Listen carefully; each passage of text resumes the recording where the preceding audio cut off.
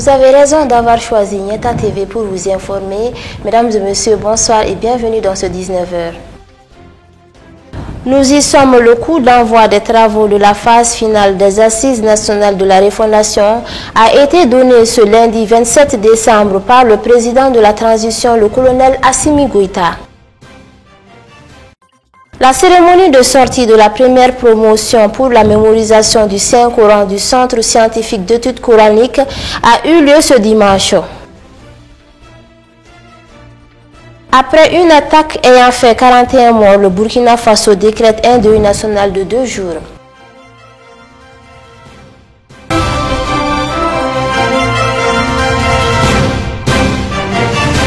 Une fois de plus, bienvenue dans cette édition et très heureuse de vous retrouver. Comme je vous en parlais tout à l'heure dans les titres, le Centre international de conférence de Bamako a servi de cadre ce matin 27 décembre à la cérémonie d'ouverture de la phase nationale et finale des Assises nationales de la refondation, démarrée depuis le 11 décembre dernier sur toute l'étendue du territoire national. La cérémonie solennelle était placée sous la haute présidence du président de la transition, chef de l'État, son Excellence le colonel Assimi Goïta. Ali Koulibaly et Salif Niaré pour le reportage.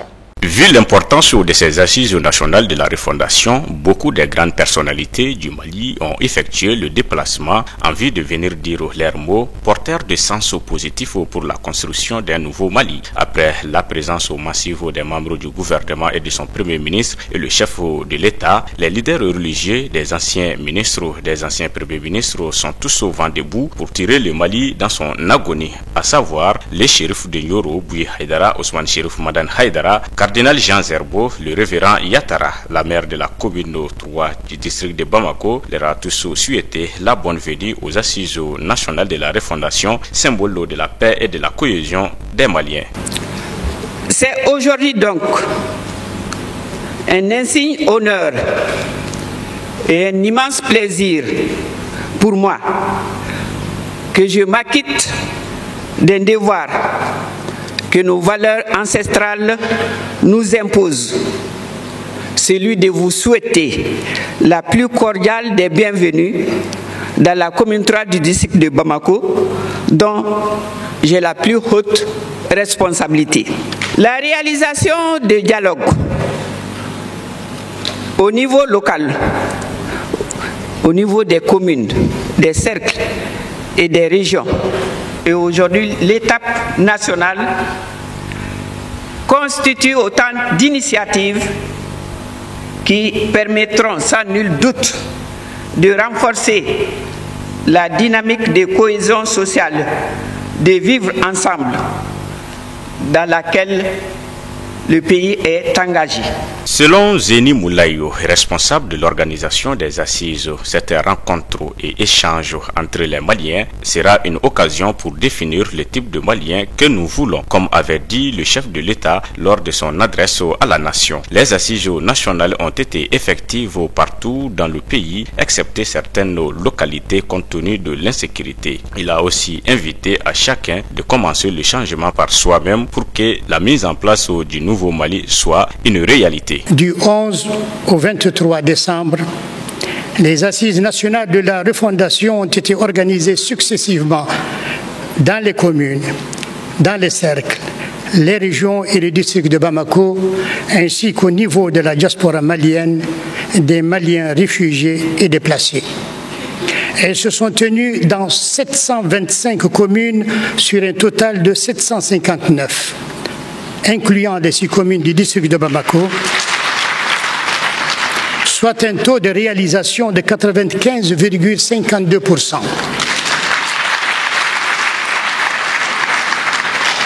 Elles ont été organisées dans 51 cercles sur 60, mais elles n'ont pas pu se tenir dans les 9 cercles de Kidal et de Menaka, essentiellement pour des raisons de sécurité. Au niveau régional, les assises se sont déroulées dans toutes les régions et les districts de Bamako, à l'exception notoire des régions de Kidal et Menaka. Enfin, au niveau de la diaspora, les assises ont été organisées dans 26 pays de forte concentration de nos concitoyens à l'étranger. À l'intérieur du pays, les forces politiques et sociales, j'allais dire les masses populaires, ont activement et qualitativement participé aux travaux des Assises nationales de la refondation. L'engouement exceptionnel manifesté par les populations locales dénote sans doute de soif de dialogue et de débat au sujet des affaires publiques.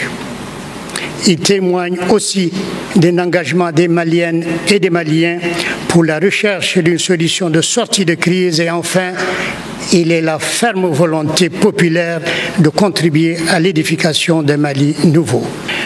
Pour changer véritablement la situation de notre pays, il faut d'abord que nous changions nous-mêmes. De son côté, le colonel Assimi Goïta a appelé tous les Maliens à participer massivement aux Assises nationales de la refondation afin de tracer un nouveau destin pour notre Maliba. Selon le jeune colonel et jeune président de la transition, chef de l'État, ces assises sont le moteur du rehaussement de l'image du Mali et la promotion de la bonne gouvernance.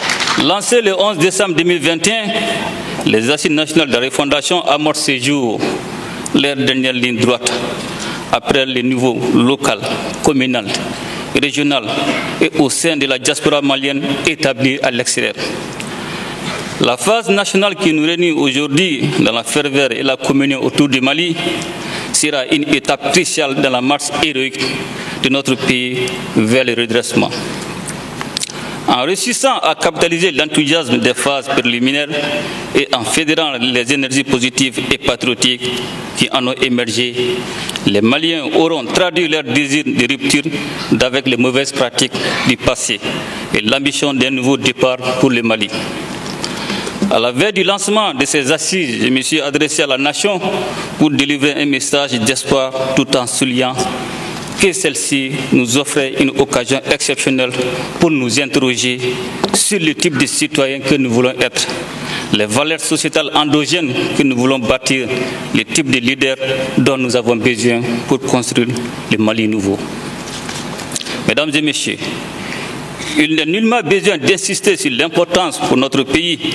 Ces assises de 4 jours qui prendront fin le jeudi 30 décembre 2021 va donner la parole à tous les Maliens sans exception pour la mise en place d'un Mali. Restons toujours au CICB pour la phase finale des Assises nationales de la refondation. Le peuple malien dans toute sa composante a participé massivement à cette grande rencontre entre les fils et filles afin de poser les premiers jalons du nouveau Mali Koura.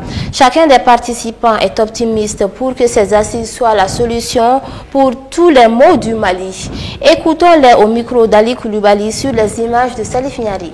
Pour réitérer notre remerciement à Dieu, à Allah subhanahu wa ta'ala, de nous avoir montré ce jour. Parce que ces assises nationales constituent un événement majeur, historique, d'une importance extrêmement capitale pour notre pays, le Mali, pour son histoire et au-delà même pour l'Afrique. Nous sommes au tout début. L'ouverture n'a même pas commencé. Donc c'est sur une note d'espoir que ces assises nationales de refondation vont apporter les solutions aux véritables maux de notre pays. Les solutions aux véritables soucis des Maliens. Avec sincérité, avec franchise, avec responsabilité et surtout avec détermination et courage. Je pense que aujourd'hui tous les Maliens là, de l'intérieur comme de la diaspora, c'est le lieu que chacun se donne à fond, crever tous les abcès pour qu'aujourd'hui nous bâtissons le Mali Koura, notre Mali tel que nous le rêvons, tel que nous l'avons rêvé depuis 1960. C'est le lieu aujourd'hui de faire le Mali de nos rêves. Vous savez, le Mali vit aujourd'hui une situation extrêmement complexe à la suite de la survenance de la crise multidimensionnelle que nous traversons. Et j'ai l'habitude de le dire et je le redis tantôt, on ne peut pas gérer un pays en période de crise comme en période normale.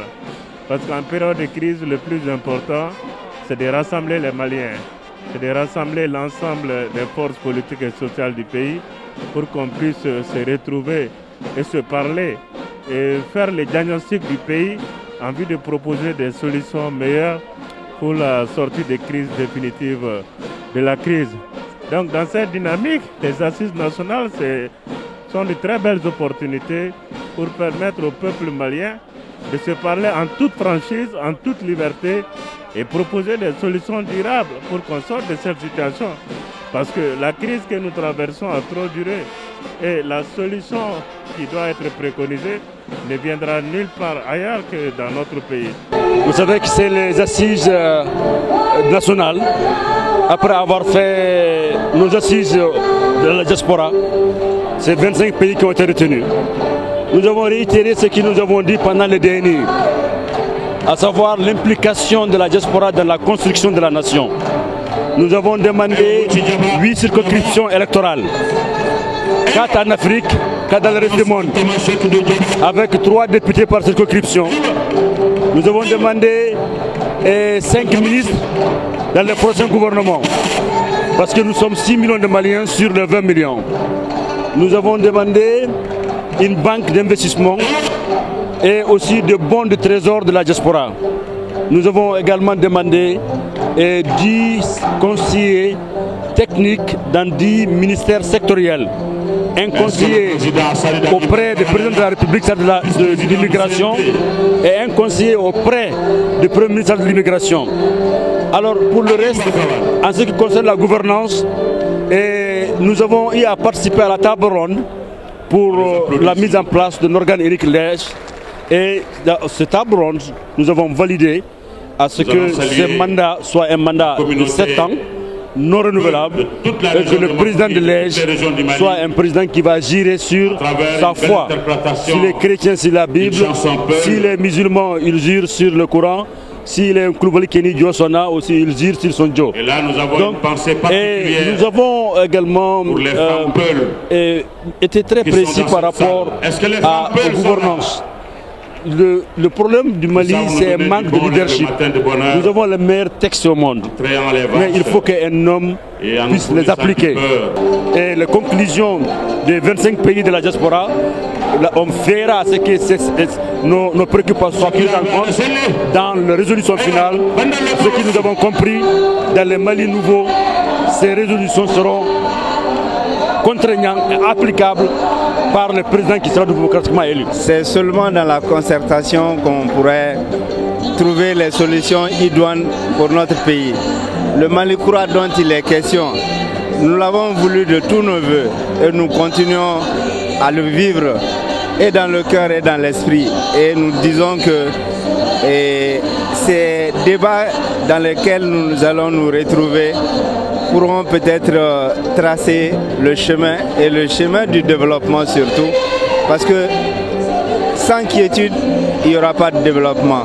Sans tranquillité, il n'y aura pas de développement.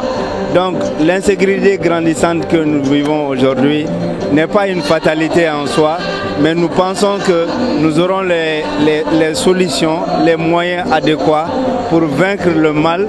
Et ce mal, je pense que ce serait que dans le dialogue. Et ce dialogue, nous l'attendons de tous nos voeux. Bon, nous, c'est de la région de Mopti. On a fait nos assises par étapes. Et nos étapes étaient la communale, le local et la régionale. Après toutes ces assises, nous sommes aujourd'hui à la phase nationale. On a été choisi par rapport à la phase nationale à travers notre région. Donc pour représenter la région, nous voulons que tous nos propos qui ont été tenus à travers les thématiques, que tout cela soit revu par l'État et que l'État considère le centre du Mali et le prend en priorité pour au moins qu'on ait une sécurité totale, le vivre ensemble et la cohésion sociale dans notre centre du Mali. Nous sommes dans une très grande union d'associations des femmes de la région. Cette union s'appelle l'Union des femmes battantes pour la paix et la cohésion sociale au centre du Mali. Un plaidoyer et un grand cri de cœur pour la nation, l'opinion nationale, internationale et nos partenaires nationaux et internationaux. Qu'ils sachent que rien ne vaut la paix la sécurité et la cohésion sociale, le vivre ensemble dans une nation. Nous remercions vraiment la transition parce qu'on a été écoutés. Les assises de la refondation constituent vraiment une nouvelle donne, constituent vraiment un nouveau chemin que tous les Maliens doivent emprunter. C'est pourquoi aujourd'hui nous sommes là. Et nous pensons que de la commune au cercle, en passant par la région, aujourd'hui, au niveau national, les assises vont réussir. Les assises sont réussies parce que c'est la volonté des hommes et des femmes qui ont besoin réellement de sécurité. C'est la volonté des hommes et des femmes qui ont besoin de l'éducation. C'est la volonté des hommes et des femmes qui ont besoin d'une bonne santé. C'est la volonté des hommes et des femmes qui ont besoin d'une paix, d'une cohésion nationale. C'est pourquoi j'ai dit, vraiment, les assises vont réussir. Vraiment, le peuple malien doit saisir cette occasion. L'occasion de venir exprimer ce que vous voulez. L'occasion de venir dire ce qui a mal marché, ce qui n'a pas marché. Et l'occasion de venir corriger vraiment les erreurs de l'indépendance. Espérons que ces assises soient le retour de la paix dans notre pays. Sur tout un autre plan, pour une meilleure conservation des vaccins anti-Covid-19, l'ambassade du Japon au Mali a remis officiellement des congélateurs au ministère de la Santé et du Développement social. Cet appui va permettre d'améliorer les capacités en termes de chaîne de froid afin d'apporter une réponse à la pandémie.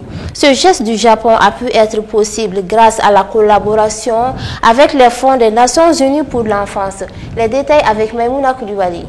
Ces dons d'une valeur de 551 millions de francs CFA intègrent la coopération économique multilatérale non remboursable du Japon en faveur de notre pays. Il permettra de renforcer les possibilités de conversation des vaccins Covid-19, notamment ceux des Pfizer dans la campagne vaccinale dans notre pays. Ces gestes du Japon en faveur de notre pays se situent dans le cadre du programme d'appui au développement de la chaîne du froid en réponse à la pandémie de la Covid-19 dans les régions de l'Afrique de l'Ouest et du Centre. La cérémonie était présidée par le secrétaire général du ministère de la Santé et du Développement social, Ali Diop, en présence de l'ambassadeur du Japon dans notre pays, Kiroki Desuke, de la représentante de l'UNICEF au Mali, Madame Sylvie Foué et de nombreux invités. L'ambassadeur du Japon explique que la lutte contre la Covid-19 est une priorité. C'est pourquoi le gouvernement du Japon prend toute une série de mesures pour assister la communauté internationale dans la riposte contre ces fléaux. Il a expliqué remettre officiellement ces équipements au nom de son gouvernement et du peuple japonais. Je tiens à vous dire que mon pays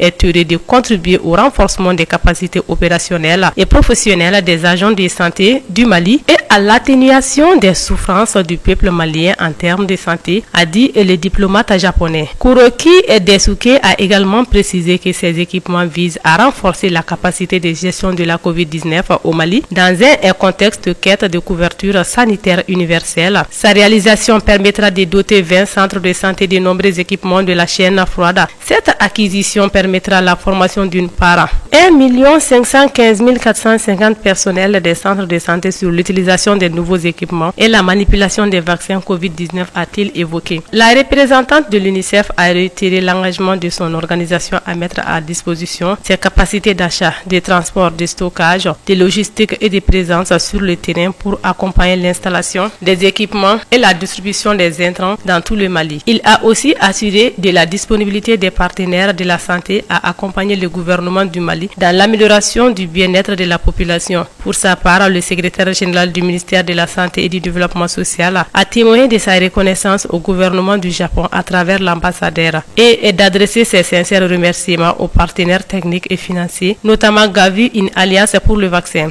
L'Organisation mondiale de la santé OMS, UNICEF et l'Agence des États-Unis pour le développement international USAID pour les efforts constants en faveur de la santé du peuple malien.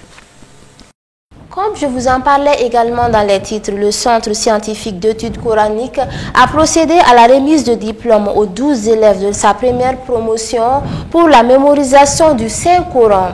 Cette cérémonie de la remise a eu lieu ce dimanche 26 décembre à Kalabankoro Nerekoro en présence de plusieurs leaders religieux du corps professionnel, des heureux récipiendaires et leurs parents. Aïssata Touré et Moussa Diallo.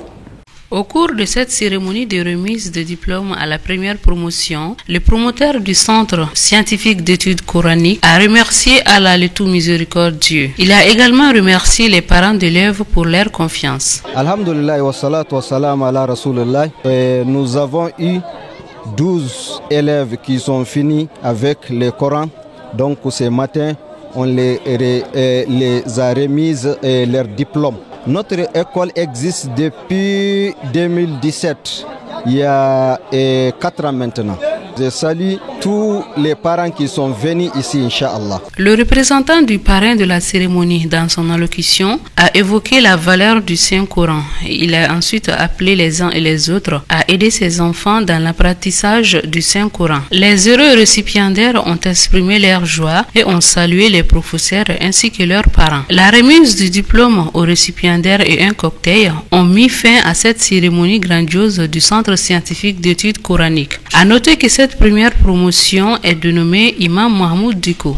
Le colonel Hassan Badjalo Touré, conseiller spécial du chef de l'État, a remis un kit alimentaire à 300 familles vulnérables de 3 sectes de la région de Mopti. Cette remise entre dans le cadre des œuvres sociales du président de la transition.